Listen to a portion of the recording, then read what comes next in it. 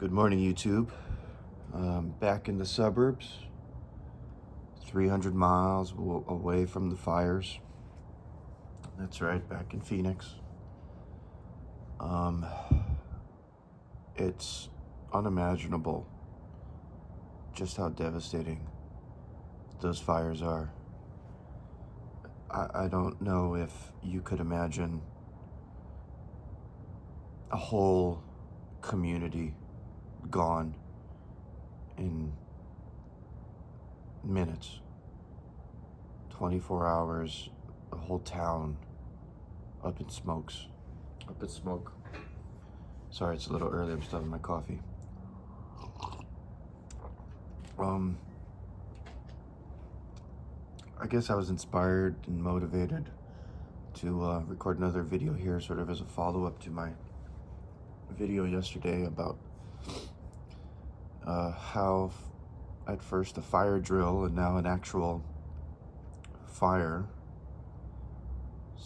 radically changed my views on prepping, especially urban prepping, what to be prepared for, and what that preparedness plan looks like,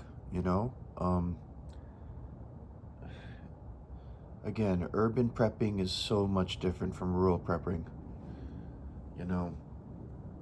A bug out bag full of camping gear might actually be what you need. Well, first of all, let's just call it what it is. It's evacuation. Bugging out is evacuating. There's a lot of YouTube prepper lore, and we have this sort of imagined zeitgeist of what preparedness looks like based on, a lot of former military experience. A lot of times that stuff it fails sort of to meet the reality for a lot of people in a lot of ways. Not that it isn't useful, right? But you don't have what's, essentially a trillion-dollar machine, hundreds of thousands of other people, personnel, right? Trillions of dollars worth of equipment, a whole century worth of logistics lined up, and so a lot of prepper kits, especially in the YouTube space, seem to be copycats of, an infantry loadout or some kind of patrol loadout, and again, I'm not taking that away from anyone, and I'm not saying it's completely invalid, but I will restate for you again that 80% of the population lives in urban areas. So, there's a lot of urban bug out bag videos where the person is clearly not anywhere near close to an urban environment, dumping out their bag, doing a gear dump, showing you their kit, the 5 C's, container, cordage, etc., etc. Look, I'll say this again. If you were in the city with that kind of bug out bag, you're gonna actually look like a homeless person. And in a sense, that type of kit is designed essentially to support that. What I mean, I guess what I'm trying to say is, if you've got cordage and coverage and, a sleeping bag and some kind of thing to make an improvised tent, like but you're in an urban environment, you're in the city. I mean, even in the suburbs, what are you gonna do? Make a shelter on the sidewalk? I mean, and obviously people have been and people are. We know about the homeless crisis. That aside, I just kind of want to reiterate that, I have a top 5 C's of urban preparedness because I've wanted to take a concept and remap it onto what works for urban preppers. So I'm going to restate that right now very briefly here. The top 5 C's of urban preparedness, in my estimation, in my view, are going to be having number 5 is coverage, and that means insurance coverage, all right? Because if, let's say, you're in the middle of these fires, like so many people are, right? Well, if you have to evacuate and your home gets burned down, you are going to be relying on that insurance coverage. And what's being revealed here is that the insurance companies were pulling out and stopping and ending coverage in many of these areas in California because of a combination of things, but mainly the undue influence of the state, making it prohibitively expensive and therefore unprofitable, and therefore unable to do business. I mean, it's simple, right? So a lot of stuff's, I think, coming. A reckoning is definitely coming in California, or one can hope. But I'm not so young anymore, and there's a saying in philosophy, I can't remember who it's attributed to, but young men are quick to hope. I'm not a young man anymore. I'm certainly not old, but no longer young. We can't rely on hope, right? That's why we prepare. We hope for the best, but prepare for the worst. So having coverage also includes your IDs, okay? So having adequate and sufficient insurance. Now, one thing I did was I like I said, I'm in the process of relocating to Los Angeles. And of course, I went ahead and got it, renter's insurance. But I reviewed my policy, right? And I said, oh, there's some limitations here, or there's some things I own. Actually, something very specific, firearms. You're limited in the amount of coverage. So, when I mentioned in my video yesterday that, firearms will slow you down. Preps will slow you down, right? You can't, how are you going to take a whole arsenal of firearms with you when you need to evacuate? I mean, that's a lot of weight when you start adding the ammunition, and it's a lot of space, and otherwise maybe like, if you're trying to evacuate with your duffel bag and you're trying to put 5 rifles and 10 pistols in there, like, brother, what else do you have room for? Not much. Anyway, so, you're going to be limited on how much of your firearms are covered. And so therefore,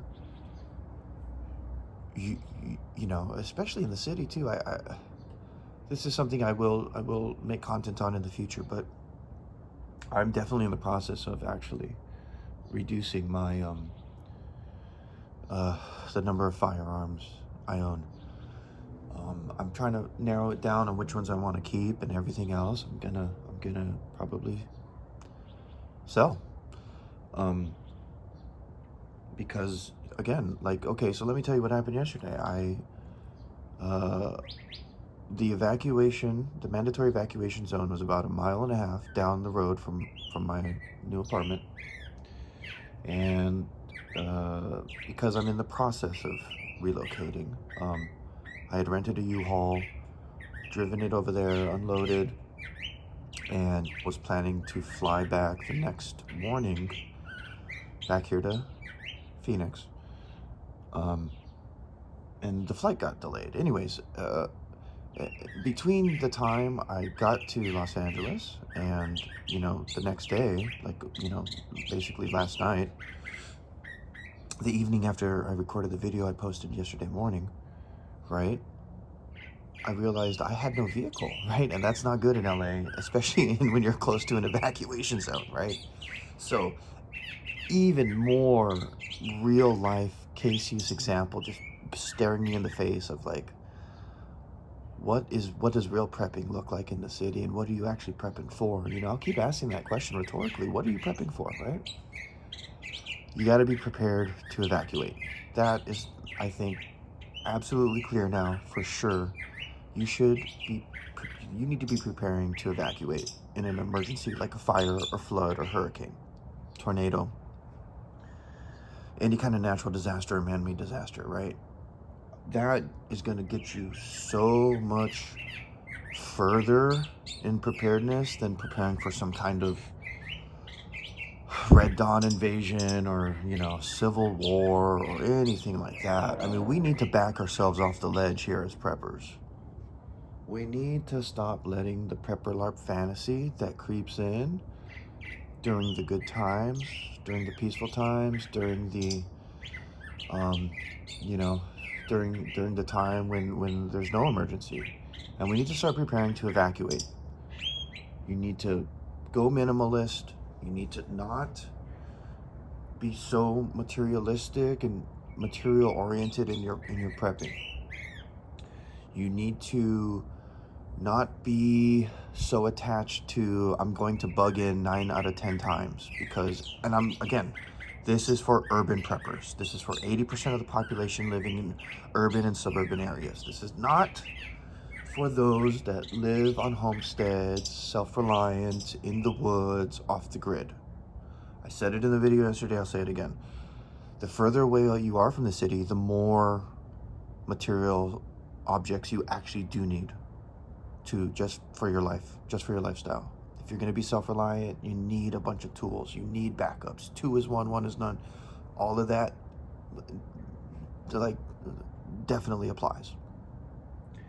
The closer you get as you move from rural to urban, you're going to need less stuff and you're going to need more money.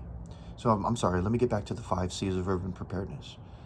You want to have your ID, you want to have your insurance coverage, okay? Number 4, you want to have currency, cash and crypto, okay? You want to have access to money and currency in all types of different forms that is mobile. So if you had to pick up and relocate, heck, if you had to leave the country, you need to be able to have access to cash, both on you and stored away safely somewhere. And I don't mean a bank. That's why I mentioned crypto. All right. Number 3 is going to be credit.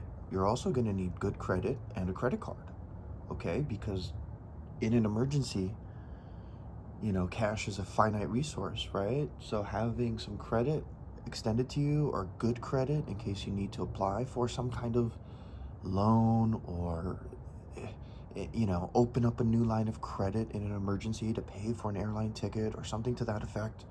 You're going to need a credit card to rent a car. You're going to need a credit card to pay for a hotel, right? So number 3 is credit, okay? And then number 2 is concealment. And this goes 2 ways. Number 1, I recommend having your coverage, cash, currency, and credit card on you at all times in a concealed traveler's money belt. That should be your EDC. Your EDC should be a traveler's money belt, and I strongly recommend the Bone Tactical money belt.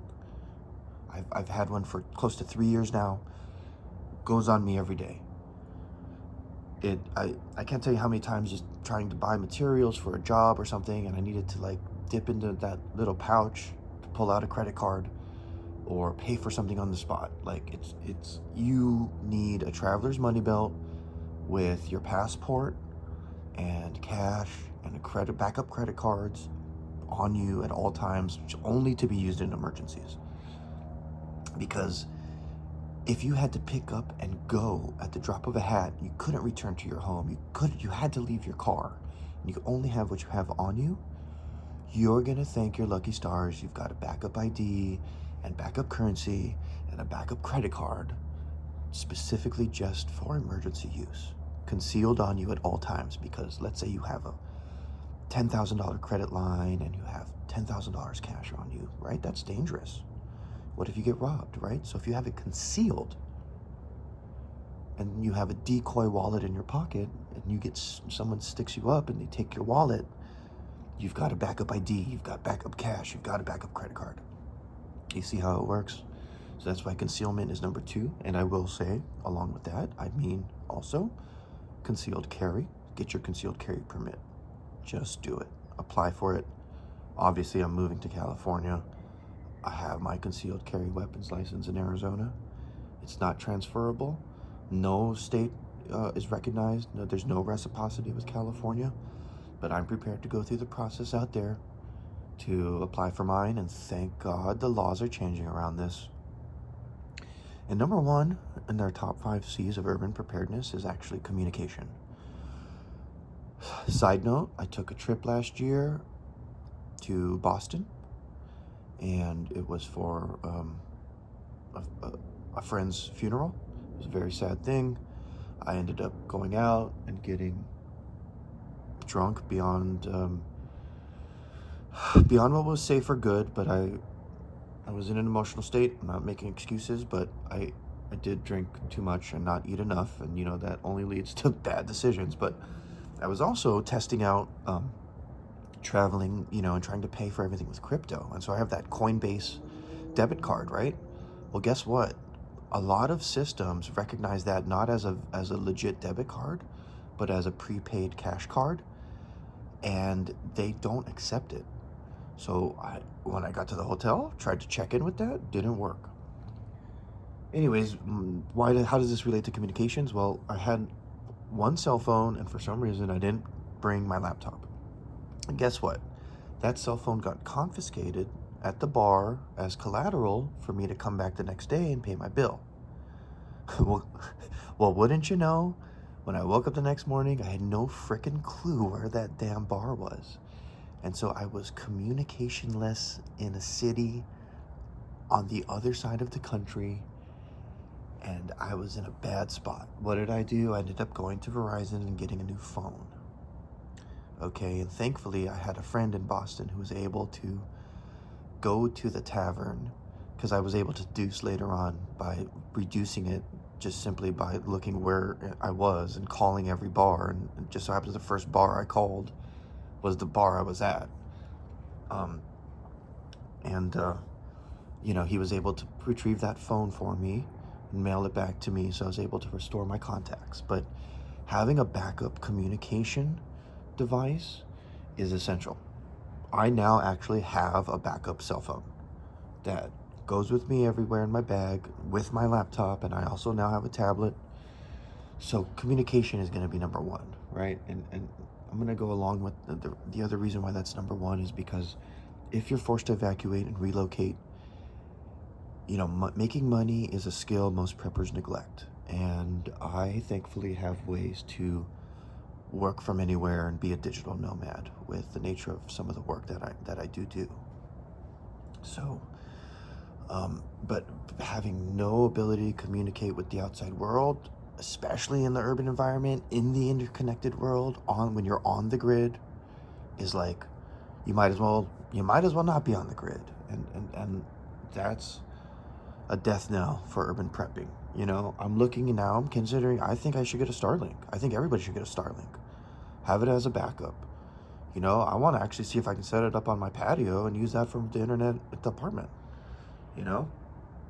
So, I didn't mean for this to be a top 5 C's video, but obviously been talking at length about it, and I don't want to make these too long, but definitely doing follow-ups, giving you after-action reports, as they call them. Being this close to the fire, I do have plans to return today. I'm driving back, so I'll have my vehicle. I'm hoping that the evacuation line hasn't moved to now include where my apartment is, because I want to be able to go to my apartment, get whatever I can, save it. I'm gonna definitely keep doing videos on this topic. It just makes sense. It's struck a nerve. I've been inspired again. So I'm gonna leave it there, guys. Please comment any questions you have. Give me a like, subscribe if you would, and I'll see you on the next one. Thanks.